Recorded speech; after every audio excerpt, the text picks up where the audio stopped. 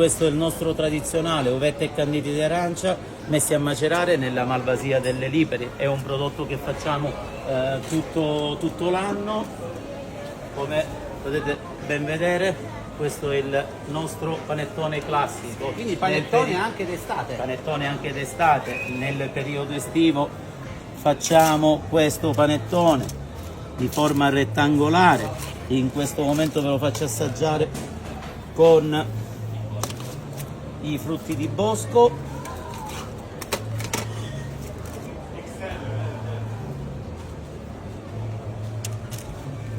A chi lo do un pezzettino? Lo prendo io. Ecco qua, prego. Una vera delizia da gustare, quindi anche d'estate, il panettone tutto l'anno in Sicilia. Sappiamo che i turisti rimangono incantati dai sapori, dai profumi. Assolutamente sì, un prodotto fatto con tutto quello che sono le materie prime siciliane. Partiamo da una base di lievito madre, 36 ore di lievitazione, e qui ve lo faremo gustare con la nostra crema alla manna. Per chi non sapesse cos'è la manna, vi diamo qualche informazione.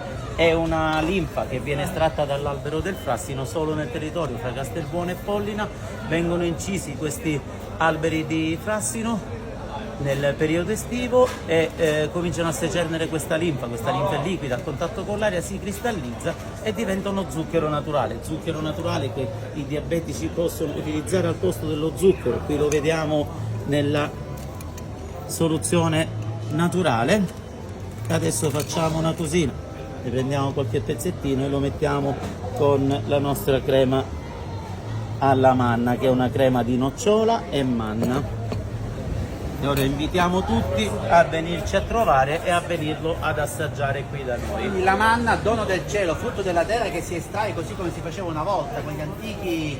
Assolutamente sì, fortunatamente ci sono diversi giovani che stanno ritornando un po' all'agricoltura e praticamente producono la manna, perché è un prodotto comunque che si trova solo qui ed è abbastanza faticoso da fare.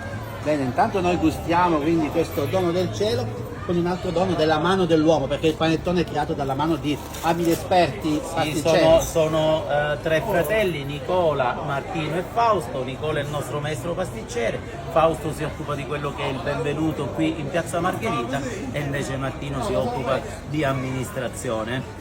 Bene, allora salutiamo tutti coloro che ci stanno seguendo, fateci sapere da dove ci state guardando, noi ci gustiamo queste delicatezze tutte siciliane, la Sicilia anche questo.